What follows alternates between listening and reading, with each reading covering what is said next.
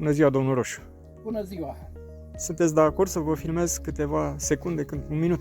Da, maxim? da, cu drag. Ia, încercați-l după reparație să vedem, să spuneți dacă sunteți mulțumit. Suntem echipa de servis a Voltarom și am venit la Mărișel, județul Cluj, să reparăm un triciclu VM4, să-i facem frânele, să-i facem o revizie, să-i schimbăm niște piese care s-au rupt. Și acum să vedem ce părere are clientul despre produs, de când îl are. De când aveți produsul? De când l-ați cumpărat? Din 2023, Și din iunie. cam câți kilometri ați făcut cu el? 5500, 5600 km. Deci, Ia. Să filmăm și bordul să se vadă. 5438 ați făcut.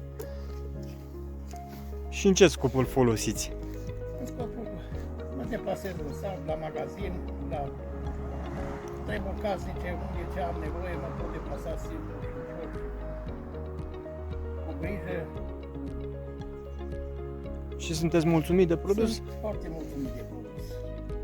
No, foarte mulțumit de reparație și de firma noastră, că s-a deplasat la domiciliu și m-a reparat și foarte punctual, corect Și noi vă mulțumim preț, și... un preț convenabil, nu un preț exagerat și nu... Da. Și noi vă mulțumim pentru apreciere și să-l stăpâniți sănătos și să-l folosiți în continuare cu cea mai multă Vă plăcere și mulțumesc foarte mult și vă doresc multă sănătate și numai să bine fiți și în continuare la firmă și să poată repara cât mai mult și reține. fără evenimente. Să ne întâlnim doar la câte o revizie. Da.